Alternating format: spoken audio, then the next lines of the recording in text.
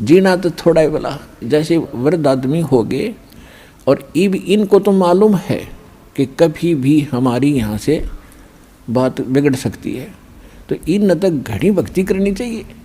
ठीक है, थोड़ा बहुत कष्ट बुढ़ापे में घना बढ़ जाता है, लेकिन मालिक साथ रहेगा, आपके रोगों को भी दूर करेगा, भक्ति योग बना कर रखेगा। जब आपको शरण में लिया है तो ये परमात्मा ही है।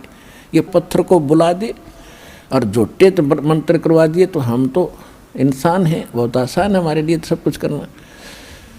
तो कहने का भाव ये है कि ये ना सोचें, कई भक्त चिंतित हो जाते हैं कि एक भक्त रो रहा था कि सत्संग सुन के उसका लगभग 70 वर्ष की उम्र हो गई थी, और प्रथम बार ने बोला मैंने अपने जीवन में ज्ञान आज सुना, सत्संग तो मैं नफरत करा करता। देख फूटे भाग हमारे, रागनी होती हो, कहीं गाने बजते हों, सांग होता, वहाँ तो हम बढ़िया बात मानते हैं, और जब सत्संग हो रहा है उन्होंने कहना वहाँ नहीं जाना, वहाँ घटिया आदमी जाते हैं।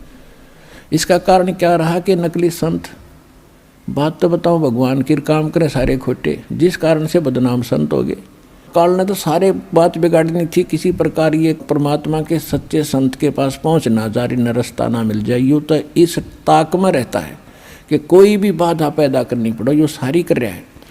तो समाज में एक ऐसी धारणा बना दी कि सत्संग में तो बेकार से आदमी जाते हैं, निकम्मी औरतें जाती हैं, और बाकी चाहे पत्थर की तरह पूजते रहो, माता पूजाओ कि तो मंडी पूजते रहो, धक्के खा लो, वहाँ ठीक है। तो ये सब काल प्रेरणा। तो कहने का भाव ये है, तो वो वृद्ध चिंतित हो गया और रो बैठ के आंसू पड़े, कहने लगा महाराज जी मेरा क्या बनेगा, मैंने तो पहली बार सुना ये ज्ञान आज, मैं तो घनी नफरत मान्या करता इन संतों से, और मुझे नहीं मालूम था इतनी बढ़िया बात। मेरा तो जीवन नाश हो लिया, सारी उम्र पशु की तरह कमाया हूँ, 4 एकड़ ज़मीन थी, 16 किले बना दिए मैंने अपने बच्चों के लिए, 2 बच्चे हैं, और आज ये अपना ठाठ से रह रहे हैं। लेकिन आपके ज्ञान से पता चला मैंने अपने लिए तो कुछ ना किया, अब मैं कैसे कर पाऊंगा, मैं तो कभी भी मर जाऊंगा।